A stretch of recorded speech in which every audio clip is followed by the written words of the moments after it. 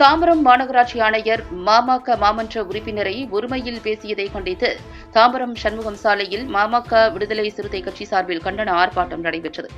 காவல்துறையினர் ஆர்ப்பாட்டக்காரர்களுடன் தள்ளுமுள்ளி ஏற்பட்டதால் ஒருவருக்கு காயம் ஏற்பட்டது. சென்னை கிறித்துவ கல்லூரி நிர்வாக கட்டுப்பாட்டில் சமூக கல்லூரி நடைபெற்று வந்த நிலையில் அதனை மாநகராட்சி ஆணையாளர் அழகுமீனா உள்ளிட்ட அதிகாரிகள் சீல் வைத்தனர்.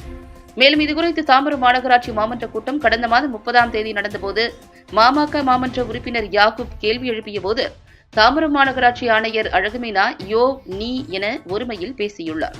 இதனை கண்டித்து மனிதநேய மக்கள் கட்சியினர், விடுதலை சிறுத்தை கட்சியினர் என 1000க்கும் மேற்பட்டவர்கள் தாம்பரம் சண்முகம் சாலையில் அனுமதியின்றி ஒன்று கூடி ஊர்வலமாக வந்து கண்டன ஆர்ப்பாட்டத்தில் ஈடுபட்டனர். இதில் விசிக துணை பொதுச் செயலாளர் வன்னியரசு உள்ளிட்டோர் கலந்து கொண்டனர். அனுமதியின்றி கண்டன ஆர்ப்பாட்டம் நடத்தியதால் தாம்பரம் துணை ஆணையாளர் பவன்குமார் ரெட்டி தலைமையில் 200க்கும் மேற்பட்ட காவல்துறையினர் குவிக்கப்பட்ட நிலையில் ஆர்ப்பாட்டக்காரர்களை தடுத்து நிறுத்தி கைது செய்ய முற்பட்டதால் தள்ளுமுள்ளி ஏற்பட்டது. தடுப்புகள் தூக்கி வீசப்பட்டன. இதில் ஒருவருக்கு தலையில் காயம் ஏற்பட்டு மருத்துவமனைக்கு அழைத்து சென்றனர். பின்னர் காவல்துறை நெருக்கடியால் அனைவரும் நடந்து சென்று கைதாவதாக கூறி பேரணியாக மாமக மாமன்ற உறுப்பினர் யாக்கூப், வன்னியரசு உள்ளிட்டோர் டிஜிபி திருமண மண்டபத்திற்கு நடந்து சென்று கைதாகினார்கள். இதனால் இப்பகுதியில் பதட்டம் ஏற்பட்ட நிலையில் ஏராளமான காவல்துறையினர் குவிக்கப்பட்டுள்ளனர்.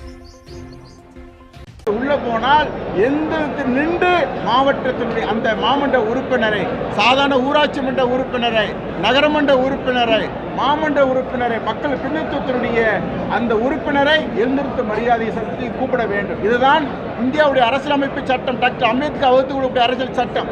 அரசியலமைப்பு சட்டத்தை தெரியாதவர்கள் உனக்கு நீ சட்டத்தை மீறுகிற என்று சொல்றார். எங்களுடைய 28 ஆண்டு கால போராட்டம், இன்னும் எத்தனை ஆண்டு காலம் நாங்கள் உயிரோடு இருந்தாலும் இந்தியாவுடைய அரசியலமைப்பு சட்டத்துக்கு பாதுகாப்பதற்காகத்தான் நாங்கள் இயக்கம் நடத்துகின்றோம், கட்சி நடத்துகின்றோம்.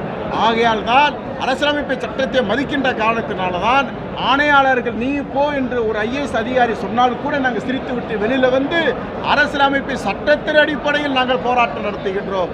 எங்களுடைய தோல்மையான கட்சியாக இருக்கக்கூடிய விடுதலை சிறுத்தை கட்சிகளும் நாங்களும் இந்த போராட்டத்தை முன்னெடுத்து முறையாக காவல்துறையிடத்திலே நாங்கள் அனுமதி வாங்கி இந்த அனுமதி கேட்கின்றோம். அவர் அனுமதி மறுக்கப்படுகிறது.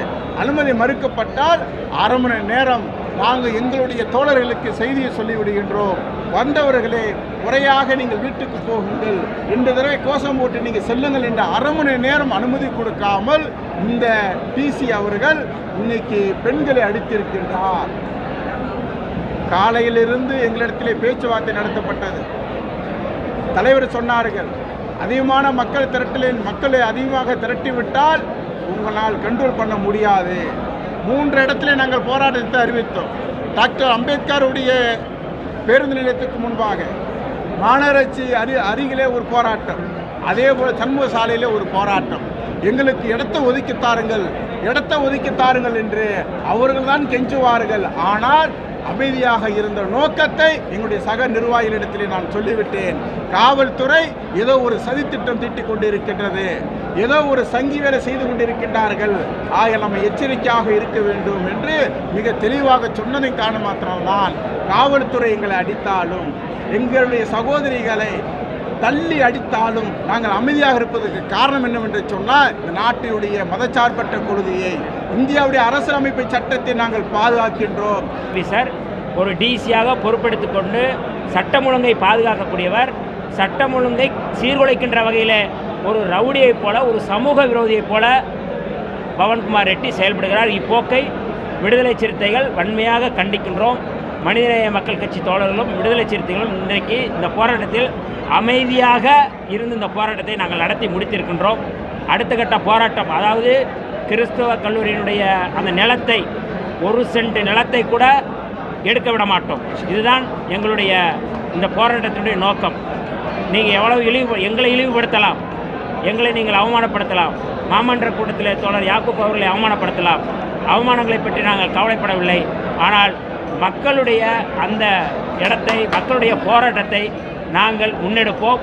அடுத்த கட்ட போராட்டத்தை எங்களுடைய தலைவர் அவர்களோடு இணைந்து அவரோடு வழிகாட்டுதல் அடிப்படையில் மனிதநேய மக்கள் கட்சி தலைவரும் எங்களுடைய தலைவர் அவர்களும் கூடி பேசின பிறகு அடுத்த கட்ட போராட்டத்தை நாங்கள் முன்னெடுப்போம். இந்த போராட்டம் இது தொடக்கம்தான், இது ஓயப்போவதில்லை. மரியாதைக்குரிய மாண்புமிகு முதல்வர் அவர்கள் தாம்பரம் மாநகராட்சியில் நடக்கின்ற சமூக விரோத செயல்களை நேரடியாக அவர்கள் கண்காணிக்க வேண்டும் என்று விடுதலை சிறுத்தைகள் சார்பில் நாங்கள் கேட்டுக்கொள்கிறோம்.